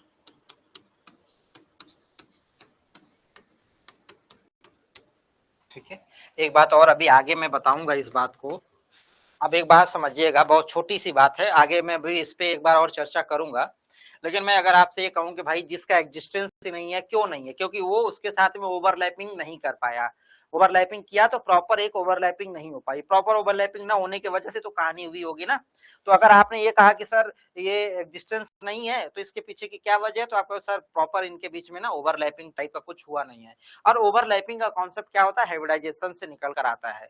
तो अगर मैं कह दूं कि भैया ये जो ड्रैगोस कंपाउंड के अंदर हाइब्रिडाइजेशन होता है, तो आप आंख बंद करके कह सकते हो no hybridization present in Drago's compound. तो अगर तीसरा अगर मैं बात करूं ड्रैगोस कंपाउंड के अंदर, तो आप यहां पे लिख सकते हो नो हाइब्रिडाइजेशन,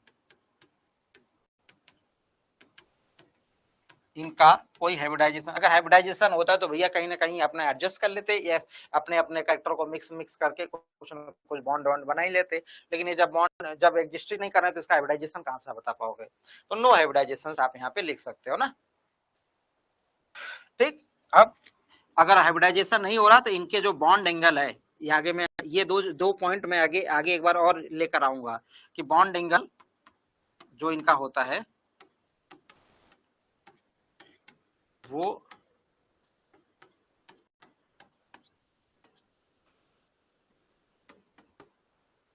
अप्रॉक्स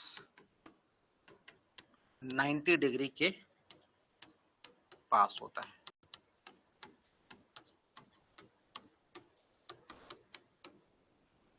जो ड्रैगोस कंपाउंड है इनके बीच का जो बॉन्ड एंगल है वो 90 डिग्री के आसपास होता है। ये दो बातें, ये वाली बात और इस वाली बात को मैं आगे और प्रूफ भी करूंगा जब मैं आपको हाइब्रिडाइजेशन, बॉन्ड एंगल, संकरण वगैरह पढ़ाऊंगा ना, तो इस पे मैं एक बार और चर्चा करूंगा।